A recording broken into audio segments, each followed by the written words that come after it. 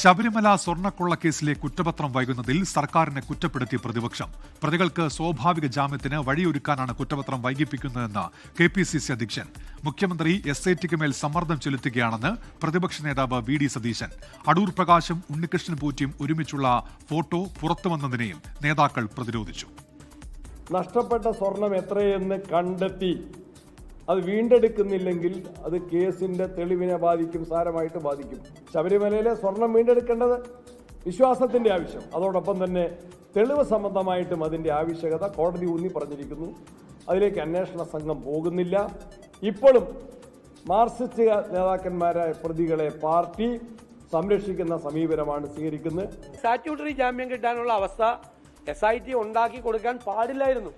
അത് മുഖ്യമന്ത്രിയുടെ ഓഫീസ് നടത്തിയ സമ്മർദ്ദമാണ് SITയെ കൊണ്ട് കുറ്റപത്രം സമർപ്പിക്കാതിരുന്നത് എന്ന് ഞങ്ങൾ വിശ്വസിക്കുന്നു. ഇപ്പോൾ ഒരു ഇടക്കാല കുറ്റപത്രം പോലും സമർപ്പിക്കാതെ ഇത് നീണ്ടുപോകുന്നത് കുറ്റവാളികൾ മുഴുവൻ ജയിലിൽ നിന്ന് പുറത്തിറക്കുന്നതിന് കാരണമാകും.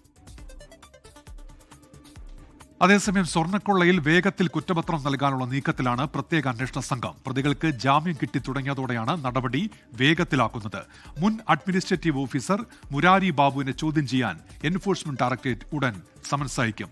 ഷഫീദ് റാവുത്തർ ചേരുന്നുണ്ട് ഇപ്പോൾ വിവരങ്ങളുമായി. ഷഫീദ്, പ്രതിപക്ഷത്തിന്റെ വിമർശനം ഇതിനോടകം ഉയർന്നു കഴിഞ്ഞിരിക്കുന്നു. ഈ സ്വാഭാവിക ജാമ്യം ലഭിക്കുന്നത് ചൂണ്ടിക്കാട്ടി SIT അവരുടെ നീക്കങ്ങൾ വേഗത്തിലാക്കാൻ എന്തൊക്കെ നടപടിക്രമങ്ങളിലൂടെ ഇനി കടന്നുപോകും? എന്തൊക്കെയാണ് വിവരങ്ങൾ ഷഫീദ്?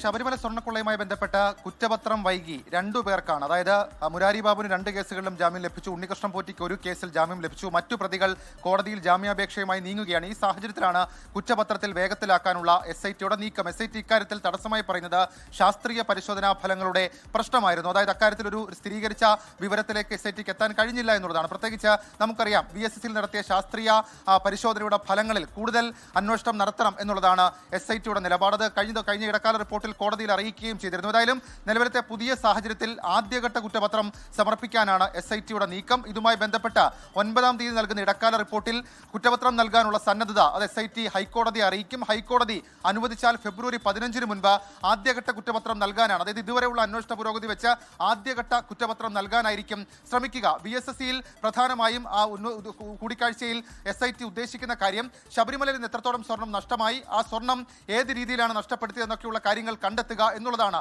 അത് കൂടുതൽ ഉറപ്പിക്കാൻ കഴിഞ്ഞാൽ കുറ്റപത്രത്തിലേക്ക് പോകാൻ വലിയ കാലതാമസം ഉണ്ടാകില്ല എന്ന് പറയുന്നു. അങ്ങനെയാണെങ്കിൽ ഫെബ്രുവരി 15-ന് മുൻപ് കുറ്റപത്രം ഉണ്ടാകുന്ന ഒരു സാഹചര്യം ഉണ്ടാകും. പക്ഷേ അതിനുശേഷവും കോൺസ്പിറസി അടക്കമുള്ള കാര്യങ്ങളിൽ SITയുടെ അന്വേഷണം തുടരുകയും ചെയ്യും. ഉന്മേഷ്.